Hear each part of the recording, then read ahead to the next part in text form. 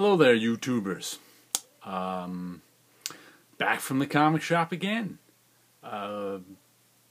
Fairly medium week this week. Well, I did pick up 3 extra things. Otherwise, it would have been a small week.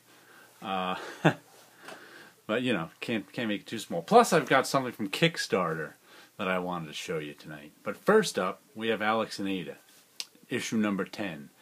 And wow, this cover is really making the view screen go all crazy.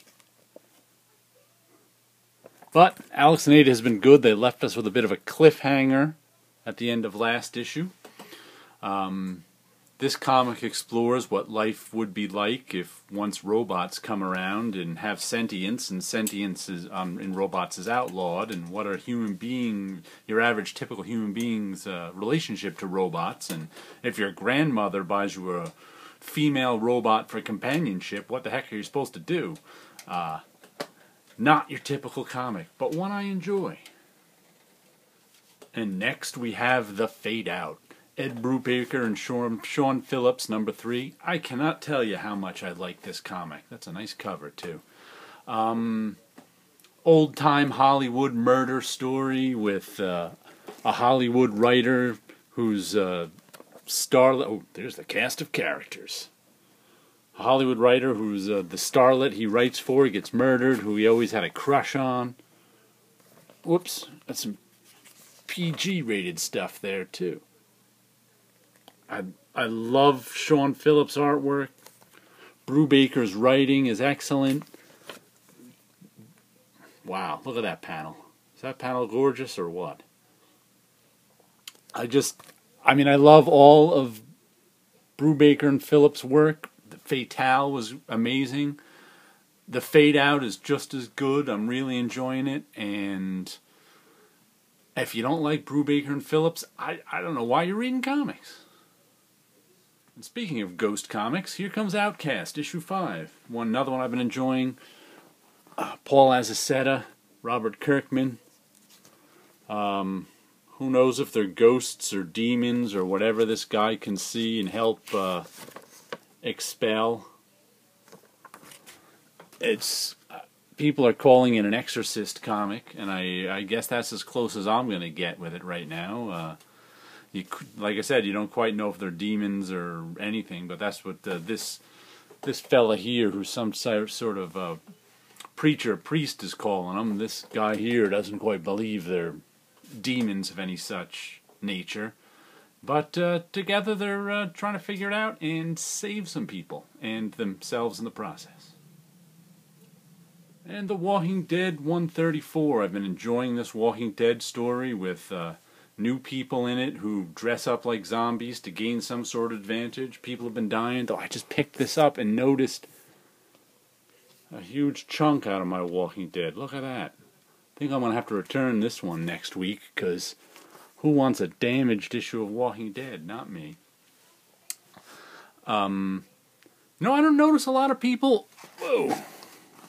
I don't notice a lot of people showing Walking Deads every month. I don't know if people are buying it in trades or whatever, but I buy it in singles and enjoy it in the singles. And if you're not reading this one, I don't know why either. And here is another issue number 1 from Image called Drifter. I have no idea what this is. I put it on my pull list, the first issue, because I guess I liked the description. Oh, that looks pretty cool. Because I wasn't sure. Sometimes, oh, nice sci-fi. Oh, this must be that sci-fi western one. Now I'm getting it. I don't even think I looked through it at the store. Because my comic shop, sometimes they get 1,000,000 copies of Image number 1s. Sometimes there's none there. I guess it depends on how many they order and how many people come in. Because sometimes with these Image number 1s, someone comes in and buys 10 copies. A few people come in and buy 10 copies of. So I don't get to see it on Thursday every now and then.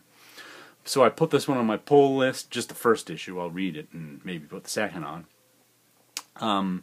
Just because I figure I'll do that now, because I can, I can put something on my pull list through email, which is very helpful at the comic shop. So that's what I did with this one, and we'll see how it is. And here is Copperhead number 3. I'm still not sure about this. I bought the first one. I bought the second one, but it's still not on my pull list. This one was the last copy on the shelf. I was like, you know what? Maybe I'll give it one more issue since it was there. I'll give it one more issue to see if it makes it on my pull list. Otherwise, I probably won't see it again in the store because I doubt there'll be a copy of issue 4 lying around. But this is a space western.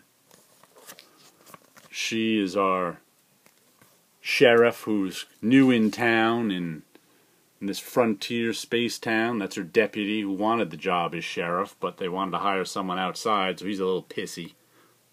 She's got a son. And she comes into town to a murder, so it's fairly straightforward so far. Like I said, it's solid, but I don't know if it's going to make it to my pull list, but I'll give it this one more issue. And now we have a copy of Ghost number 9. I've never read an issue of Ghost before. I've always noticed the covers, because, she's got a pretty cool costume with lots of cleavage and white gloves, and her covers seem to be always well drawn. And this one, starting point for new readers, I saw that, and what is it? It's only a $2.99 Dark Horse book. I don't think there's a lot of $2.99 Dark Horse books. And I opened it up and said, you know what? The artwork inside is pretty cool too. So I'll read an issue of Ghost. I think I've read a little of her stuff, in Dark Horse Presents with Ghost, but I don't really know who the character is. I just think they always have cool covers. She looks well drawn visually, so I'll give Ghost a try. One quick thing I picked up, the all-new Captain America blank variant, $4. I haven't picked up a blank in a while. I'll do a drawing or something on it. I got a bunch of blanks over there. I've drawn on some of them. Some are just sitting there. But since I saw this and it was cover price, as they mostly are when I get them, I figured I'd pick one. I don't even know which. Is this the new Rick Remender book? I don't even know. I think it's the new Captain America Falcon one, but being that I can't see the cover, I'm not even sure. And finally, I got something from Kickstarter in the mail this week. I don't know how many of you have gone to Kickstarter, but there's actually kind of a thriving indie scene, independent comic scene in Kickstarter.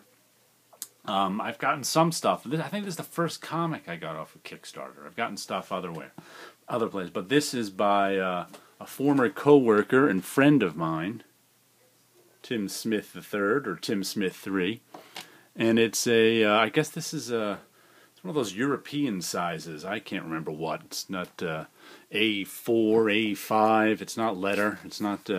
But he did this full color. I think it's a 16-page comic